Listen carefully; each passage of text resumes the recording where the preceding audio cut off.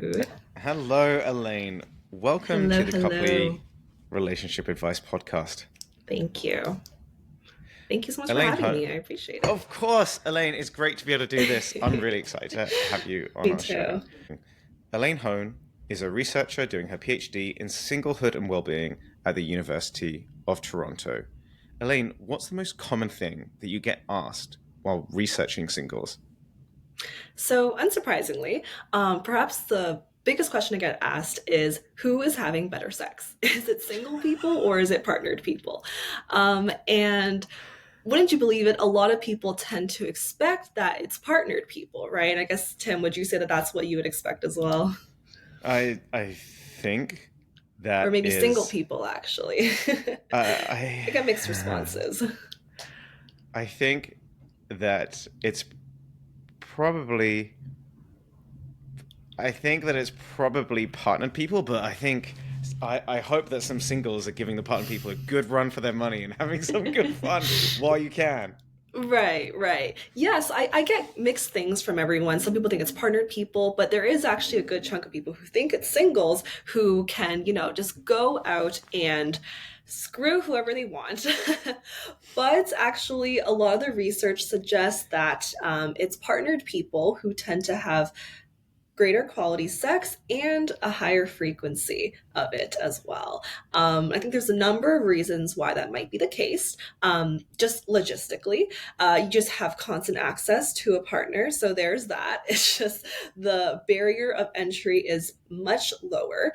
And on the other hand, I guess, as the Coupley app guy, you of course know that a big part of sexual intimacy is the sort of trust, the emotional connection, and just being able to form that psychological emotional bond with someone, and how much of sex is not actually physical but mental. And so for partnered people, they have that sort of foundation to be able to build upon to allow them to have better quality sex. So yeah, I guess there's a sort of answer to the the Oh, that age was old interesting. question. Yeah, and it's almost a case of more and quality as well. Did you look into that? Yes. Are single people having better quality sex because maybe they're putting on a bit more of a show when it's with someone new? Hmm. Right. Yeah. No. So it is with both the frequency and the quality that partnered people, I guess, get the longer end of the stick.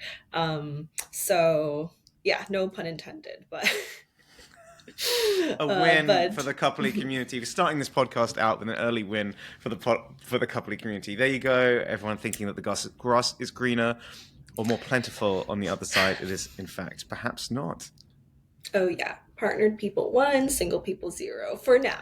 We'll see by the end of this podcast how that turns out. How have things changed as you've looked into this singleness and wellness? What are the trends that you're seeing over time? Yeah, so part of what even got me and my advisor and all these other singlehood researchers into this whole gig of even studying singlehood is the fact that we are seeing this trend that all around the world, and there are stats that show in almost every single OECD country that the rates of unmarried people are rising. So more and more people are choosing to not get married and choosing to forego marriage, and there are also global increases in the number of people who are deciding to not even get into a relationship. And that includes in Canada, in the UK, for sure in Japan. And we also, know that there's currently a movement in Korea as well of a lot of women sort of being against dating and sex and marriage. So yeah, we sort of really see this global trend of the amount of single people and the single population being one of the fastest growing demographics. Whoa! And how much has it risen by? Do you know like these stats? Yeah, so I think that in Canada, at the very least, it was previously like maybe 1.3 million people were unmarried. And as of 2020, it was then 4 million. And I can imagine that at this point in 2024, it's probably only increased since then. And of those unmarried individuals or the people who are also living alone, they also report typically not having a romantic relationship. So maybe not all of those people who are Yeah. unmarried and living alone are unpartnered, but there's at least two-thirds of them, at least from the previous stats that I checked, that are actually single and unpartnered. So it's a decent chunk of the population. So it's not even about being unmarried. It's also unmarried and you don't have a partner and you're actually single. And we're seeing the trends rise on this preferred singleness of this thought process where people are thinking, I am actually just going to stay single. So Right. what are some of the reasons why people are choosing to stay single and choose singleness? Yeah, I mean, I think that's really like the million-dollar question, right? Is like a big part of even what dictates like whether you're happy or not single, Mm. is your motivation. Like, how much do you want to be in a relationship? How much do you not want to be in a relationship? And that's one of the sort of key players that we typically find in our research is that the desire for a partner tends to play a pretty key role, such that people who have a really high desire for a partner, and we have these sort of like, these scales to be able to measure that, people who have a higher desire for a partner, as you'd expect, typically are not happy single, which makes sense, right? They want to be in a relationship. So if they're single, probably not going to be happy about it. And on the other hand, people who don't want to be in a relationship tend to fare pretty well as single people.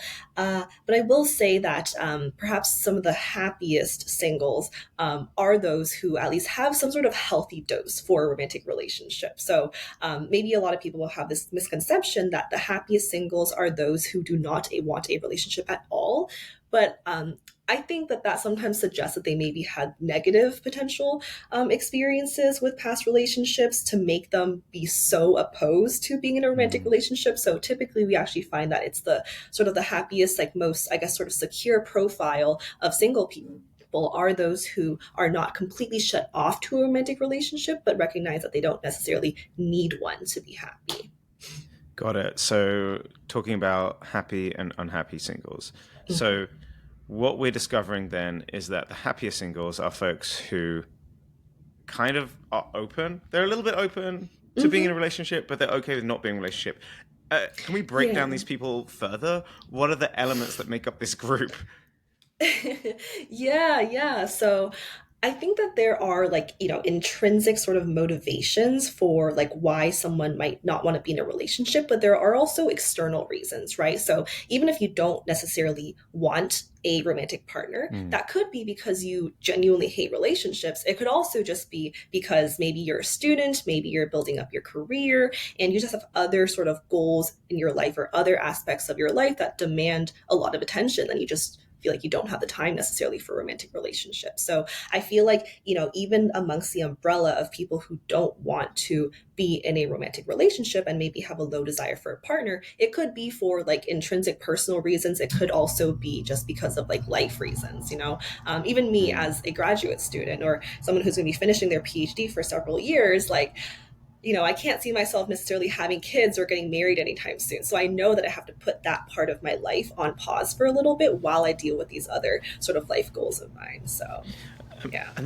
And that's tough. And a lot of people that go through this career side of their life, we do all tend to put things on hold. And Right. especially when you're doing something large, if you're becoming qualified in something, it almost doesn't matter what it is. The tendency now and the advice now is to put things on hold. But I don't think it was like that back in the day. I think that we would run these things in parallel. Hmm. Yeah, and that's another thing, right? Is there's like, I think what's so interesting about all the singlehood research is that it ties so much into sort of like societal, like economic changes. And yeah, like one of the, I think, main reasons why people are sort of like foregoing marriage to focus on their career goals is also because we live in this changing economy where people are now demanding like, 10 years of experience right off the bat. It's crazy stuff like that, or or like extensive education, just to be competitive on the job market. And I guess if people really want to get by nowadays and they can't just they can't really find a full career anymore with a high school degree, and to be able to easily afford a house and then build a family, I think it's a lot more complicated nowadays than it used to be. So I definitely think that like there are economic reasons for why people are deciding to choose singlehood. But there's almost like an economic reason to choose not getting married, which I think I Mm, completely get because yes. weddings are very expensive. And I think Right. we've all been to a wedding where it's been like $100,000 wedding, Yeah. and that is that is your deposit right there. Right. Oh yeah.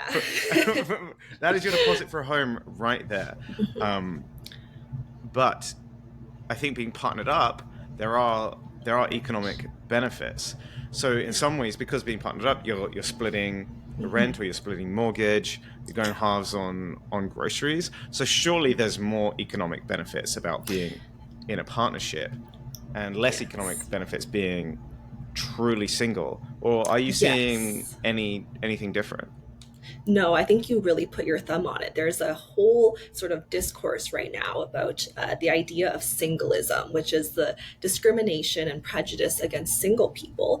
And a lot of what the singlehood advocates argue for is the fact that, like, even on paper, like, that singles are actually discriminated, like, not just in terms of like stigma. You know, you always hear the sort of sentiment of your parents wanting you to get married, get into a relationship, have, give them grandchildren and Yeah. whatnot. So even, I guess, beyond that sort of aspect of potential singlehood stigma, there are people arguing for the fact that, married people get certain tax breaks, even things like, I guess, when it comes to healthcare. I think in the US, not necessarily in Canada, but you're unable to list anyone as like your emergency dependent unless they're family members when you're married to. So for a single person who is unmarried, and maybe if they don't have immediate family that can support them, then they just have no one to necessarily list, and maybe they Yeah. could have a super close friend who knows them just as well as a romantic partner could, or would, but they just can't list that person either. So there are some, I guess, sort of systematic ways in which people have argued that singles have been discriminated against. So yeah, I think you're totally right about that. That there I, are I differences I there as well. totally remember that experience of being new to the city, moving to Mm, Toronto, not having any close friends, and just yeah. having my colleagues, and then having to ask my manager to be my emergency contact. He was like, Oh "Oh, yeah. yeah, sure, I guess. Like, don't you have any friends?" Like, no, I'm an immigrant. I don't have any friends. I don't have any family. I don't have anything here. Okay, so you are Right. my best friend and my manager and my boss. Okay, all rolled into one right now. Yeah. All the eggs in But a basket. yeah, in one basket, literally. Yeah. But the I think one of the things I was thinking about being single as well is the only thing that could be a financial positive is that no one knows how cheap you're being. Mm. If you're being single, you can get by so cheaply, and Right. no one will ever discover. I think my monthly grocery bill was something embarrassingly low, like Mm. maybe $70, and I was just buying What? egg whites, Dang. tofu, uh, and and like some very bread and Oh very. God, Tim. I had like a true fridge that was just it had like three items in it, and just all the way to the back and just in a line, Oh and yeah. um and it was great. It was great. I was saving so much money, but then I think when you're in a relationship, you maybe can't be that limited, and you do need to go out and do things and experience the world. Whereas being Hmm. single, you truly can grind and save. But I don't know if the offset's there in terms of rent, because I think Mm. you might save someone Yeah. life expenses. Hmm. It depends on your lifestyle, and it depends on your partner's lifestyle, right? Right, right. So you're saying that you would take a look at your fridge, like anyone who didn't know, you could take a look at your fridge and be like, "This is a bachelor. Like this is the bachelor lifestyle. Is the egg whites? It's the tofu." It's great. You can just like guess their relationship status based off of the Yeah. fridge. Yeah, just two condiments Oh exactly. yeah. Oh yeah. And I used to just eat the same things every day, because I'm not really a big foodie person. So Okay, eating the same thing interesting. every day it's I don't really think about it. I'm like, cool. Hmm. Um, Well, that's efficient. people, yeah. I mean, as I was spending my time doing other things, and now I try Right. and make more interesting and complicated Okay. meals um, with my girlfriend, to make sure that we have Okay. some sort of variety for dinner.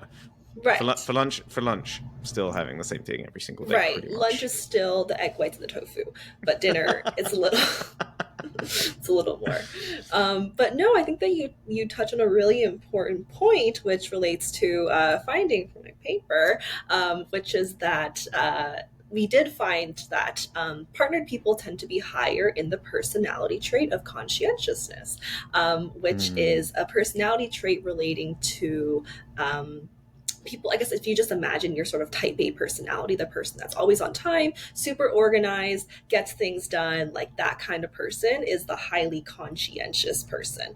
And we found that in terms of personality traits, that partnered people tend to be ever so slightly higher on that.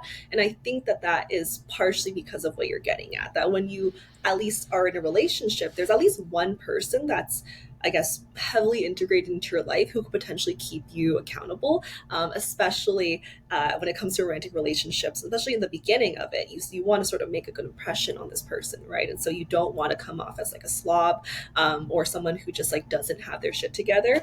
And so yeah, I don't doubt that. I think being in a romantic relationship has that benefit of like keeping you accountable for sure. So you're not just eating tofu and egg whites all the time. Now we're touching on different personality types and singleness.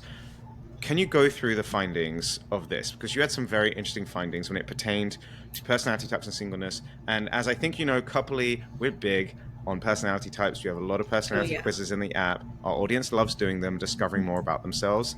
So I'm very curious to hear more on this. Yeah, absolutely. So, the framework that we use for personality, I know there's a lot of different types that are floated around nowadays. I know that the MBTI is really popular with people, and they, especially on dating apps as well. But the framework that we use, which is the most sort of robust and valid framework in terms of, I guess, amongst personality psychologists, is the Big Five theory of personality. And I'll maybe just talk about three of them that we found significant effects with. So, the biggest effect that we found, so the strongest effect that we found in our study, was that single people tended to be less extroverted. So, single people, in other words, tended to be more introverted. And I think that makes sense, right? Like, if you're single and you're introverted, then you maybe are not finding yourself at social functions or social gatherings too often where you would typically find a romantic partner. And yeah, I guess insofar as you are a highly extroverted person who enjoys social connection, then I guess romantic relationships are just one potential avenue for social connection. And so if you're that sort of profile of someone who loves to go out, loves to be in social situations, and loves to connect with people, that sort of extrovert, then it makes sense that you would be drawn to romantic relationships compared to someone who tends to be more introverted. But I think that that finding is important because it sort of runs counter to a lot of the singlehood narratives that we see in media. Even things like, for example, like Sex in the City, which is this group of single girls who are clearly very extroverted. They love to party, they love to socialize, and I think a lot of our portrayals of single people are typically as extroverts, which I think relates to what we initially talked about of like who would you expect to be having better sex. A lot of people do think that it's singles because they're the ones that are going out partying and everything and like hooking up, but if it's actually the case that singles tend to be more introverted, then that sort of stereotype or caricature may not actually be that accurate. So, yeah, that's sort of our biggest finding from the paper. But like I mentioned, we did also find that single people tended to be slightly lower in conscientiousness, which is that personality trait about sort of like industriousness and organization, that very type A sort of personality. Um, and sorry, we cut out for a little bit. And we also found that singles tended to be slightly higher in neuroticism, which is the personality trait that's characterized by a lot of negative emotions. So, if you're someone who is constantly super anxious, and also potentially super sad, so all the sort of the umbrella of negative emotions of like anxiety, sadness, potentially even anger, your highly neurotic person is someone who feels a lot of those negative emotions. And so we found a relatively smaller effect that single people tend to be a little bit more neurotic. And it was specifically in the depressed facet. So within the five broad domains of personality, you can break it down more into sort of like smaller facets. And we found that it was specifically with the depression facet that singles tended to be higher on. So I guess that depression facet is sort of characterized by like how much you tend to feel sadness, how much you tend to feel like a sort of like lonely and just like low energy. Basically, all of the depression symptoms, but in a personality trait sort of profile. So it's not to say that single people are more clinically depressed. It's more Mm. so that they sort of exhibit that personality trait of, I guess, a sort of depressed person, of just being lower in energy, and yeah, I guess also just like lower in positive emotion as well. So if you take all the results together, I think what it shows is that this profile of singles tends to be a bit more introverted, slightly more neurotic, and slightly more depressed, as well as slightly less conscientious. And so you could Oof. take that to however you want. I think as a single person, I've had some friends be like, God, I feel really called out by this article.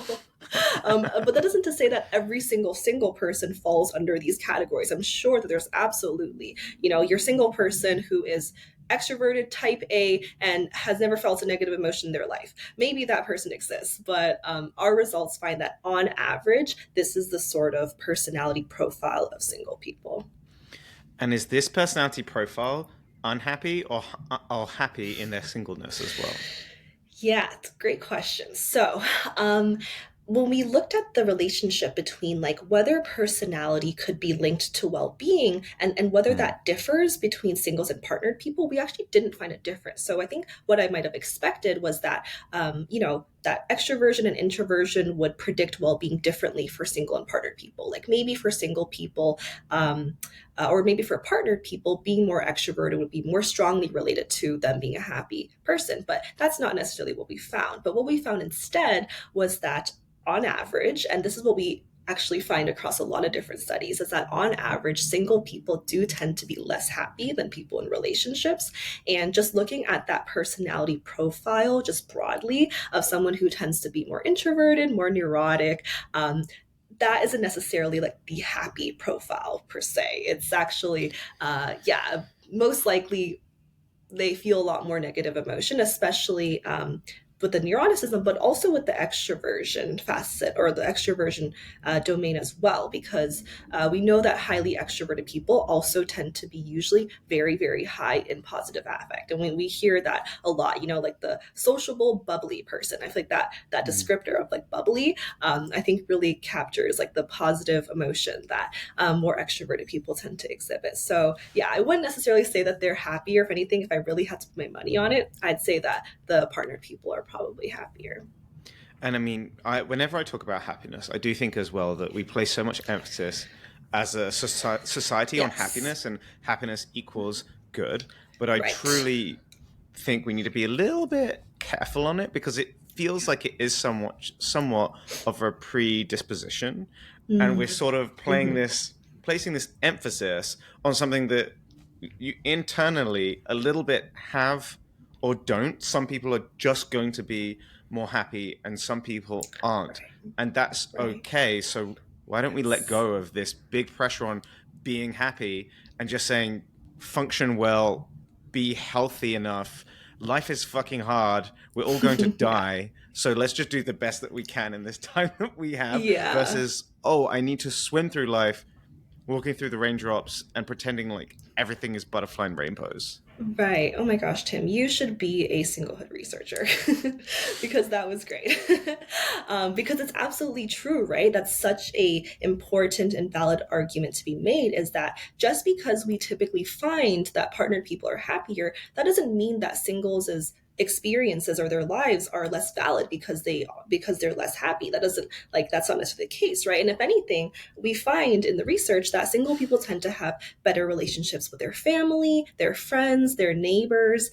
They also tend to engage in like caretaking roles a lot. Like if you have sort of like older relatives or older parents that you have to take care of, then maybe that's sort of taxing in your time and you don't necessarily have time for a romantic relationship. And so if you're engaging in these sort of caretaking roles, maybe you won't be as happy taking care of your grandma in a sort of like, Mm, you know, like senior home compared to going out and about and being in a relationship or, you know, dating and meeting a bunch of people. But that isn't to say that like one life is more valid than the other, right? If anything, mm. probably the one where you're in a caretaking role is a lot more meaningful and you're actually having a positive impact on those around you.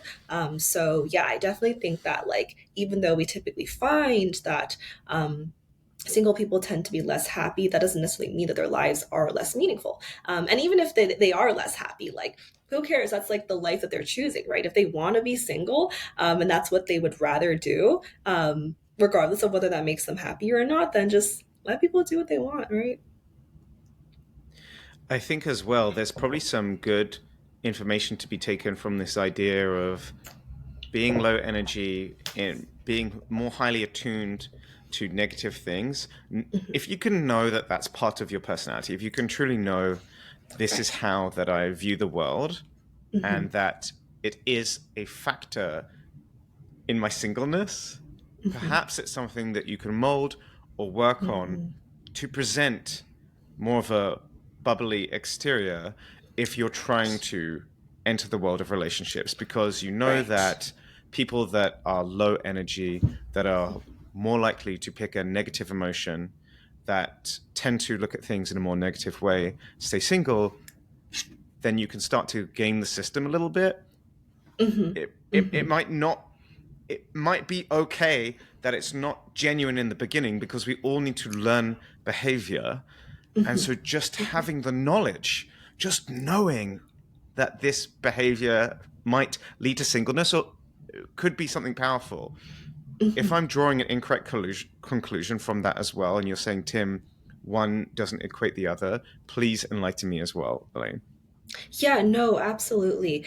Um, it's so I think that the personality traits of extroversion introversion is so interesting, because like I mentioned, extroverted people tend to be happier, and a lot of people chalk it up to a sort of cultural thing, right? Like these sort of Western, very highly individualistic countries tend to really value extroversion. They value that sort Mm, of loud, assertive personality compared to maybe more like collectivistic countries, like for example in Asia, or even for example in Japan, right? Like they actually look down on you if you're, you know, making too loud of a noise or like disrupting the harmony, say if you're on like a public transit or something. And so different cultures definitely value different personality traits, but what's interesting is that the personality research shows that even if that's the case, there's nearly basically not a single culture in which extroverted people are less happy. It's almost in every single culture, extroverted people are always happier, and being extroverted typically benefits you more. So people like it when you're extroverted. So you're totally mm. right that as much as people's lives are totally valid, whether you choose to be single, whether you are introverted or extroverted, there is still a sort of like general well-being and cultural value to acting more extroverted. And they have even shown that people who will, you know, are typically introverted but they will act more extroverted, that also benefits them as well. So I do think that you have to game the system a little bit sometimes, as much as your own identities are very valid.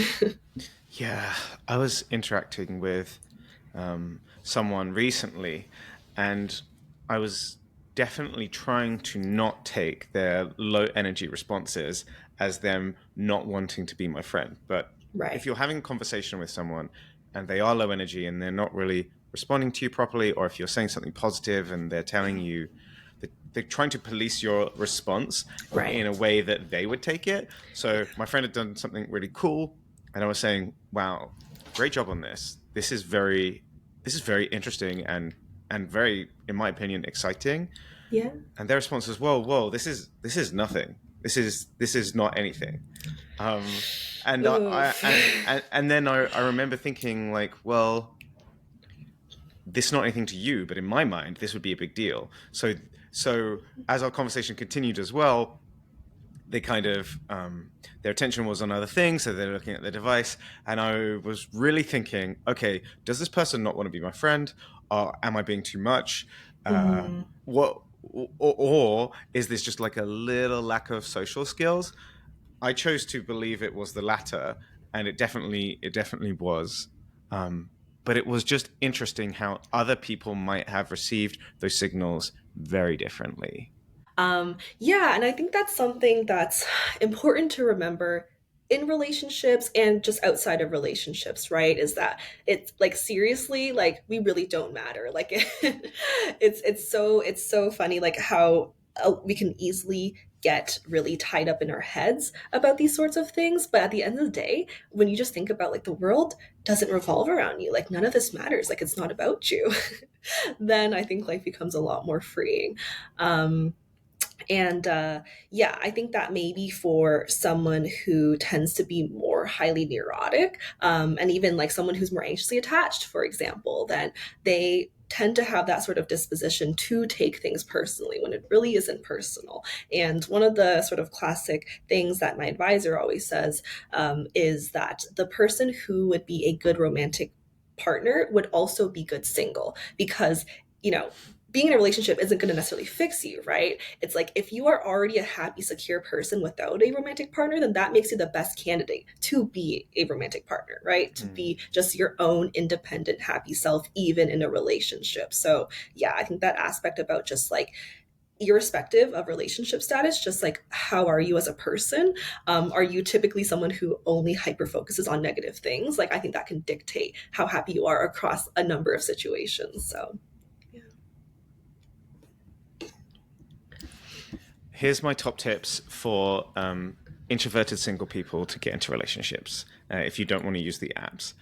I think it's around finding an interest that you have and then getting involved with a community around that interest. And there's always someone Yes. in that community that will bring people together. Now, it might not be you because the idea of hosting a party or a dinner might be your actual worst nightmare.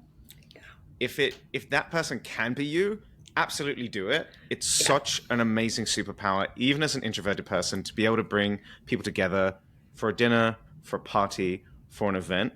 But if you have some kind of interest, someone somewhere will be bringing people together. Oh, You yeah. can go to a conference, you can go to an event, but I so believe that is an amazing way of getting into a relationship if you're someone who's a little bit more introverted. Yeah, no, I totally agree. And it worked for me, right? Like, as someone who has always thought of Oh, myself as an extrovert, but I think that I'm realizing I'm a lot more introvert than I thought I was.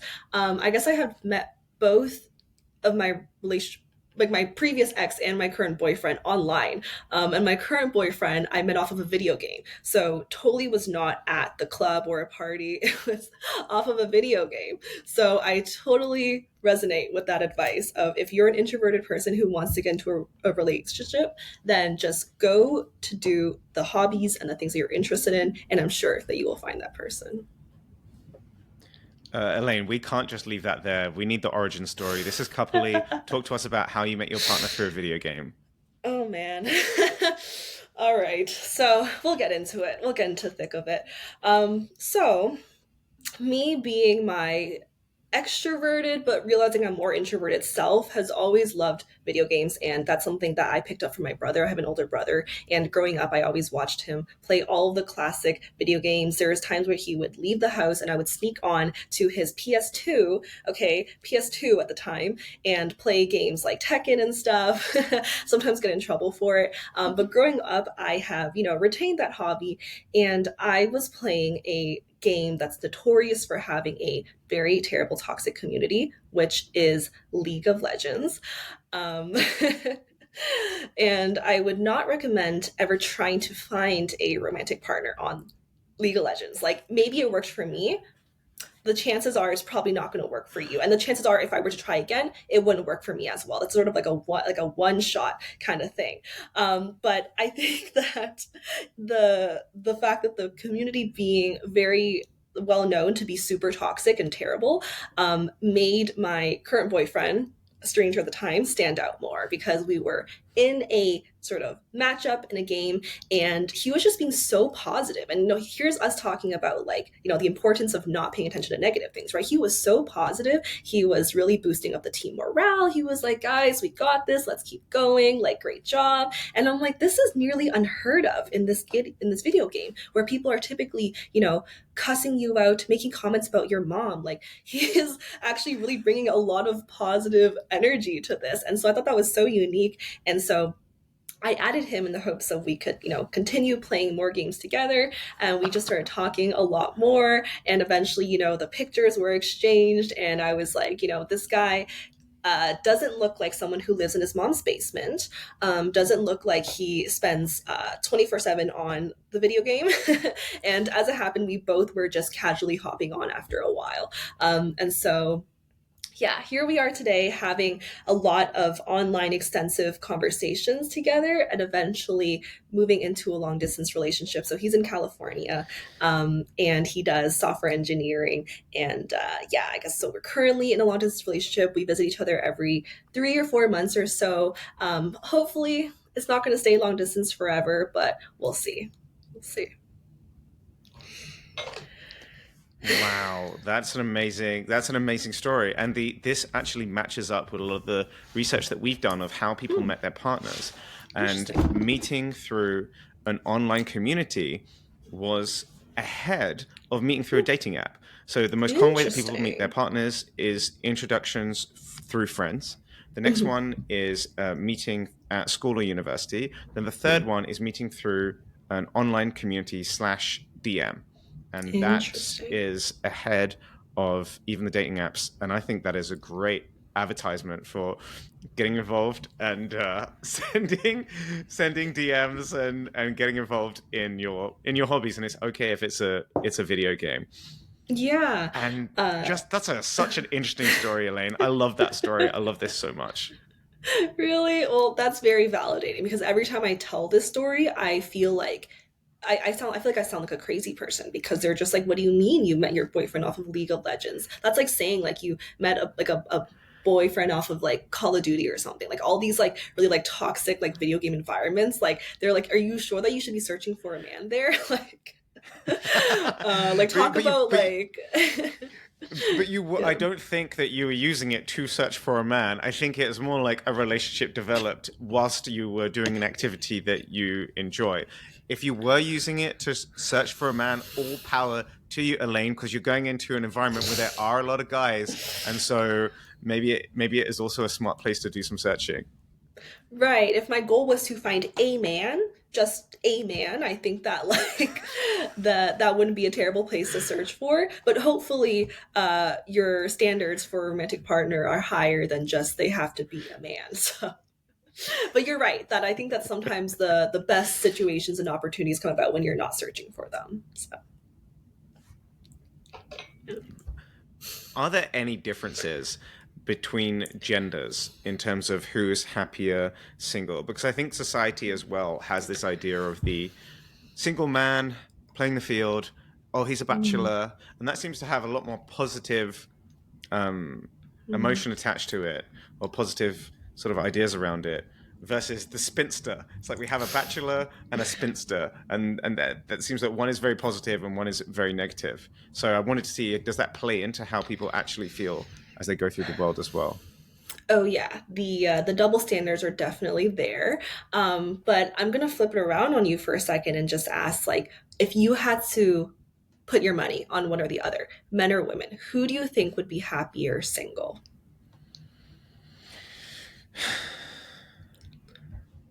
I think women, because I think women are slightly more attuned and social anyway.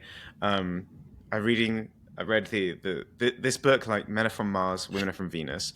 I get the sense that because women are naturally more social creatures, they're able to create a little bit more society and community around them that might protect them from the isolation. Whereas because men aren't as good at perhaps maintaining our relationships anyway. And I think of my friendships, like I can go 3 months without speaking to my best friend, but I'll just call him out the blue and we'll have like an hour catch up. And it doesn't impact me. I know he'll reach out if there's anything seriously wrong, and the same vice versa. But I think that's different. So I think men are probably more prone to being negatively impacted by their singleness, especially after we're out of our peak ages. I think it's going to really start to negatively affect us probably when we're in our mid 40s, late 40s. That would be my guess. Right. Yes. And yeah, ding ding ding. You would be totally right that it is typically women who tend to be happier single. And there's a project I'm working on right now where we found that that holds true across various types of well-being. So when it comes to, surprisingly, sexual satisfaction, women are happier. When it comes to general life satisfaction, how happy are you with your life in general? Women are happier. And when it comes to how happy are you with your relationship status, so how happy are you about being single, women are also particularly higher on that. And so it seems like women tend to fare better overall. But importantly, these are self report skills, right? So this is us asking women and men, how happy are you, right? So I think a lot of it is perception, which we know is really important in terms of how you sort of experience things, because it could be the case that objectively you may not be super happy in terms of like these general sort of like life standards.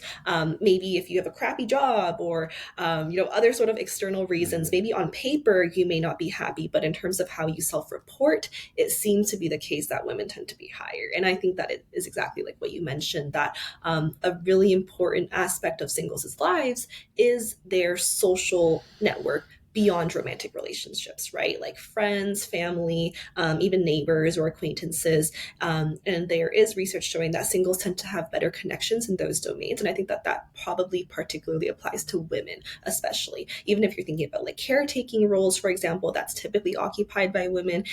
We know that the size of people's social networks, women tend to have more friends. They also tend to have better quality friendships. And we could talk about a number of reasons for why that might be the case, that men's friendships are not as intimate. But yeah, women seem to be faring better off in singlehood. But I will say that there is one paper that I absolutely love called The Female Optimism, which is actually not related to singlehood, but maybe like gender differences overall. And they found that across many different countries, that women tended to be happier even if their objective metrics about life were lower. So if they had lower levels of education, lower levels of average income, women still reported higher happiness. So I think that, as a feminist, that it's really nice in terms of like speaking to women's resilience, right? Is that even growing up or living in a patriarchal society, women still seem to be happier, even if these objective metrics aren't necessarily following suit. Like I think that's really interesting. But yeah, just in the terms of singlehood and the singlehood context, yeah, we do find that women tend to be happier. It makes me think as well that maybe so much of men's happiness rests on achieving things too, and Mm. so that if they're not achieving things, they maybe don't feel happy. I guess we have the this double standard perhaps, where it's um, also men's value is a little bit linked to what they can do in the world, and it's like you're more likely, like I just think about men's depression, men's suicide rates. All of these are might be this idea that actually we have to do something to deserve to be happy might be linked to that as well. Right. Yeah. And I can see how that could also trickle into relationships, right? Where it's Mm. like, yeah, it's part of what women value in men is their, like, how much money are you making? Like, what job are you working? Right. So it's like, if you're not doing well occupationally and you're unhappy Yeah. about that, and you also are not doing well in the romantic relationship domain, and it's sort of just like this whole cascading effect, right? Where it's just like so much rests on your ability to make money, to have a good job, that like if that one thing is failing, then it's almost like the rest of it comes cascading down. Mm. But I think it's also tricky because if you maybe think about the type of man who is this, high earner, high prestige job, sometimes you might think about like finance bros or something, right? Like these dudes who are, super, they won't shut up about the stock market, and they're just like working 24/7. I think that at the same time, although that sort of character is probably doing really well financially and occupationally, that doesn't translate into romantic relationships either, right? Which is why I think that we're in a really interesting time where women are now able to make their own money, have their own jobs, and they don't have to depend on men anymore. Where previously, that's what a lot of the value was, right? Where it's like, as a woman, I need a man to be able to be the breadwinner. But now that that's no longer the case, men have to offer something else, which is emotional intelligence, which, Yeah. men growing up in the sort of patriarchal society that we do grow up in, I don't think that young boys, especially, are given the tools to be able to handle their emotions. And so, as much as I am a feminist, I definitely feel for men nowadays. I think that they're in a tricky, tricky spot. This is exactly why we built an app to help people get leveled up to do it. And Yes. and hopefully the people listening to this, if they're 45 minutes into this chat about men, women, psychology, singleness, are those that are investing in this exact thing.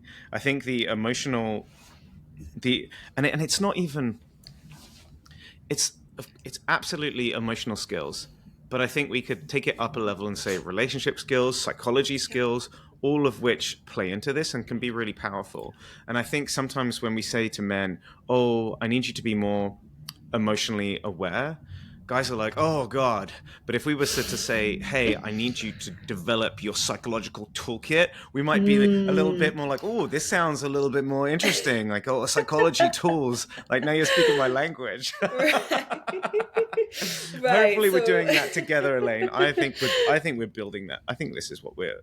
I think I think we're doing a really good job of building this, and I see a very interesting discourse happening specifically with your generation. I feel like mm, Gen Z males are definitely getting this now, and they're so mm, different than us millennials. That's my take. yeah. Are you seeing this on the ground as a Gen Zer?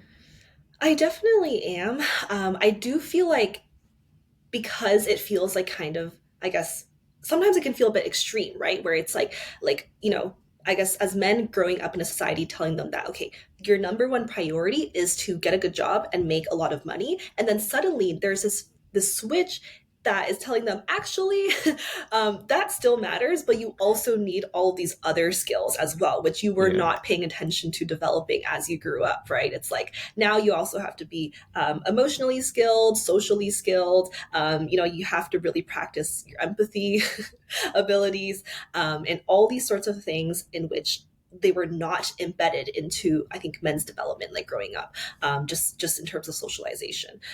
So yeah, I definitely think that there is now a switch that is happening where definitely a lot more Gen Z men are paying attention to, issues with like women's rights or like women's access to opportunities, but also just trying to hone in on their emotional awareness skills, going to therapy more, trying to, be just more socially adept.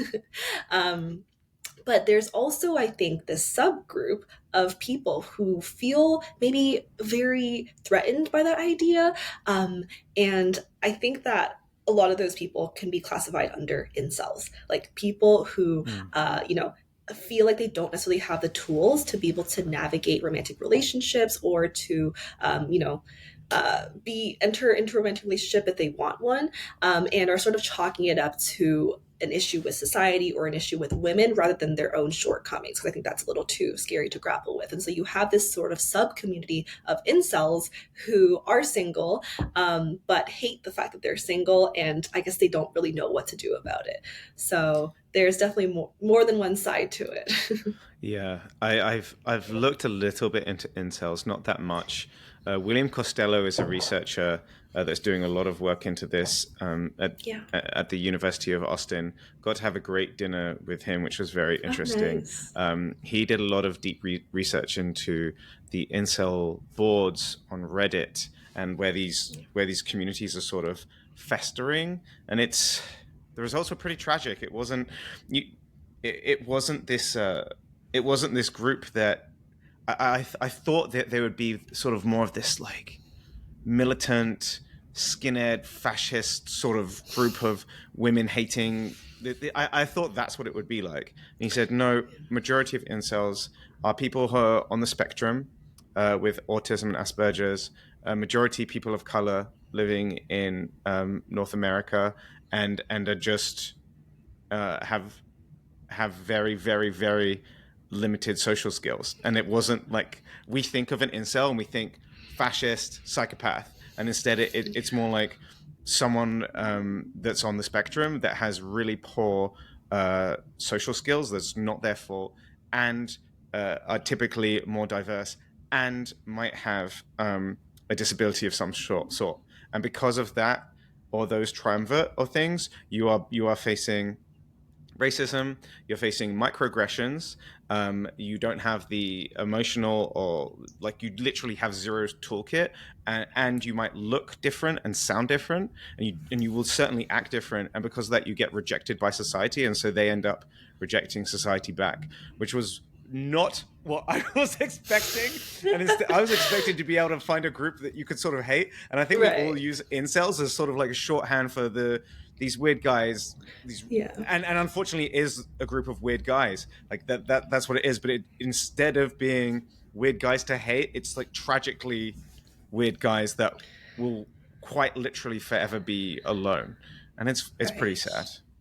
It is. It really is. Like, and I think that's the best way to think about beginning to try to even address such an issue of like, this subculture, subgroup of men who are just so unhappy. Like, I think a lot of it is sort of just like projected onto women, but I don't think that Hmm. women, of course, are not the core of the issues, right? It's very much internal. It's very much like I am severely depressed or I have these emotions and I just really don't know like how to deal with it.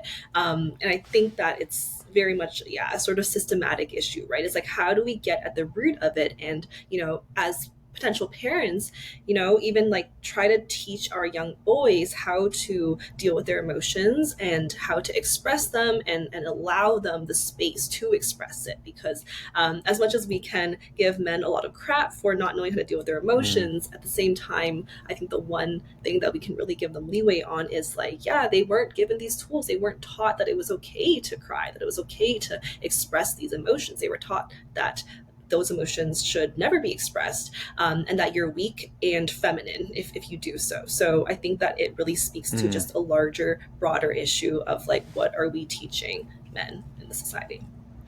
Yeah. And I think as well, men have an additional challenge where it's almost like we have short term relationship games, and then mid-term relationship game to play, and then like a long-term relationship game to play. And I think each one of those is slightly different. It's like the short Yeah. to be successful at dating, you might need a little bit of a different skill set or a little bit of a different system, and then to be good at the the midterm Yeah. you need different, and then unfortunately, surprise guys, when it comes to the long term thing, this is when this stuff will come into play. So I hope that what we're doing at Coupley is trying to start building those skills up in the midterm and being like, hey, great, congrats, you're starting to come to the end of the honeymoon phase. Now all of a sudden all of your emotional skill set is going to become really, really important. And here are some ways to work on it. Here's some ways to hold space. Here's some ways to understand what's going on in your mindset. The final thing I want to ask you, as an expert in this place, and as also as someone who's found a partner through technology and online community, what impact is technology and online communities and the internet and internet culture having on singleness? Yeah, such an interesting question.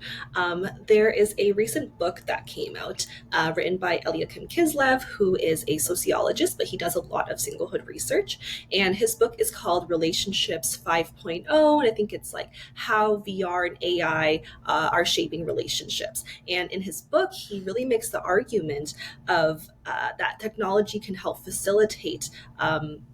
People's loneliness. It can help facilitate people forming romantic relationships. But he even goes so far as to say that he thinks that in the relatively near future, that technology can start to actually replace romantic partners. And he cites examples of this happening, such as in countries like Japan, where you have, cases of men like marrying their sex doll or their sex robot, or marrying like an online sort of character.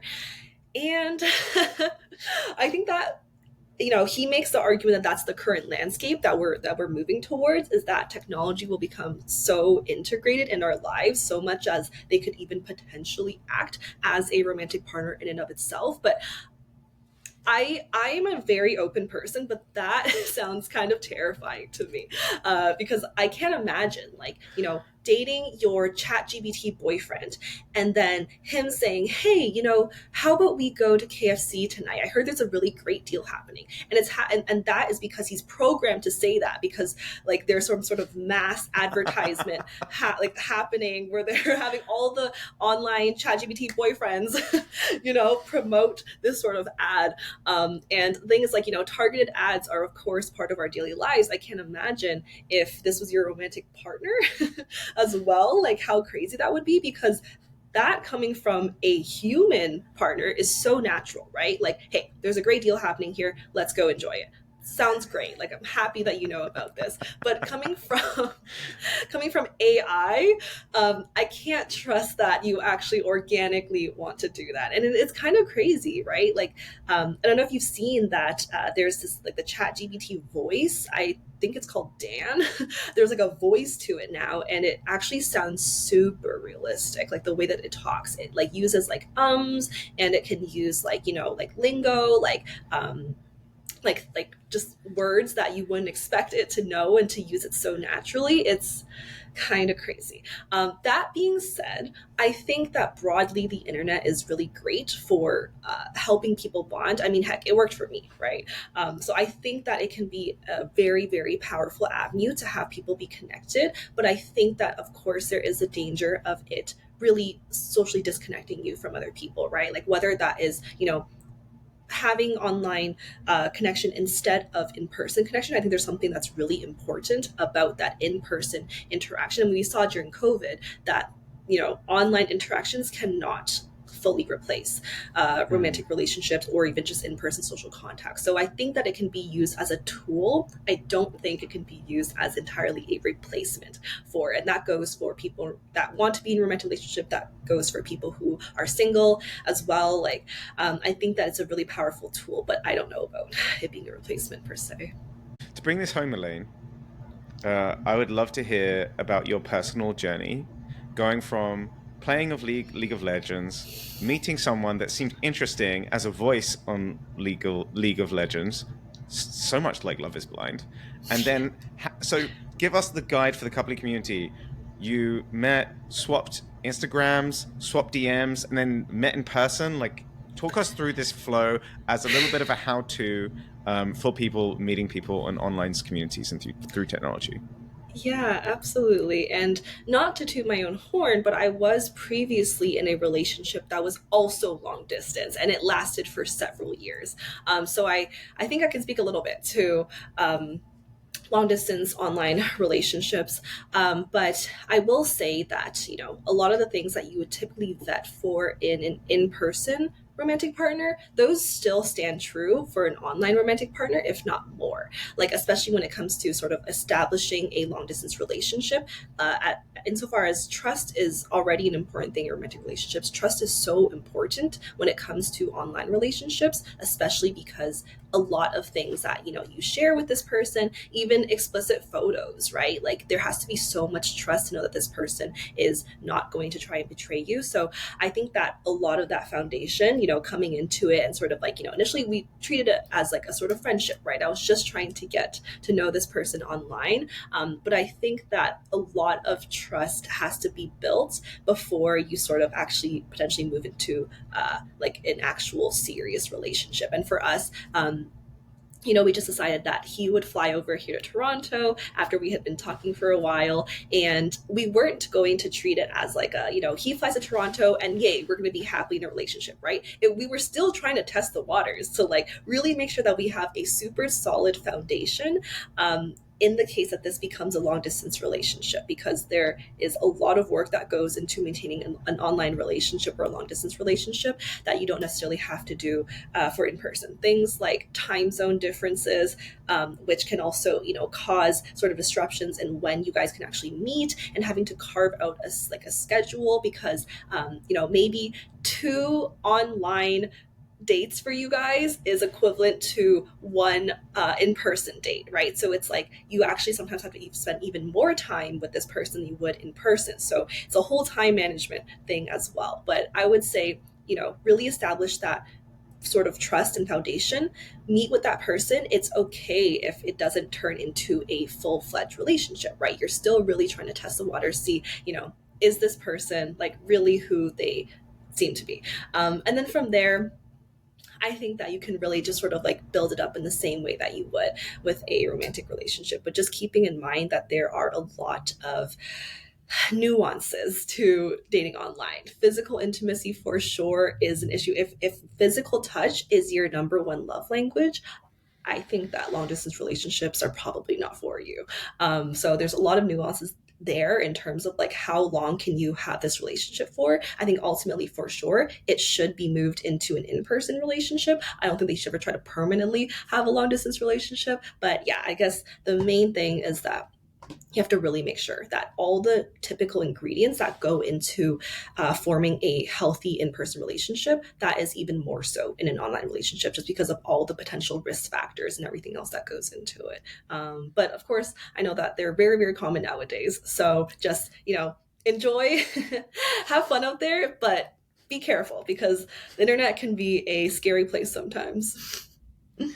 Elaine, thank you so much for spending this time with us. It's been amazing to have you on the show. I'd love to hear more about what this year holds in store for you.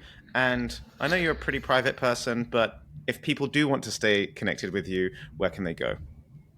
Yeah, so you could totally go to my Twitter, which I guess we can maybe link in the description. It's my academic Twitter, so I guess you'll be seeing updates on my research if you're interested in this kind of work. Yeah, I do a lot of singlehood and well-being research, as well as romantic relationship research. But in terms of what the year has in store for me, going to continue to do all my academic chores, which is to write up papers, continue to do all my analyses, and just work on all these projects so I can continue to hopefully bring more interesting results that people can actually use to integrate into their single lives, their partnered lives, and yeah, just a whole bunch of research projects. But yeah, definitely stay tuned through my Twitter.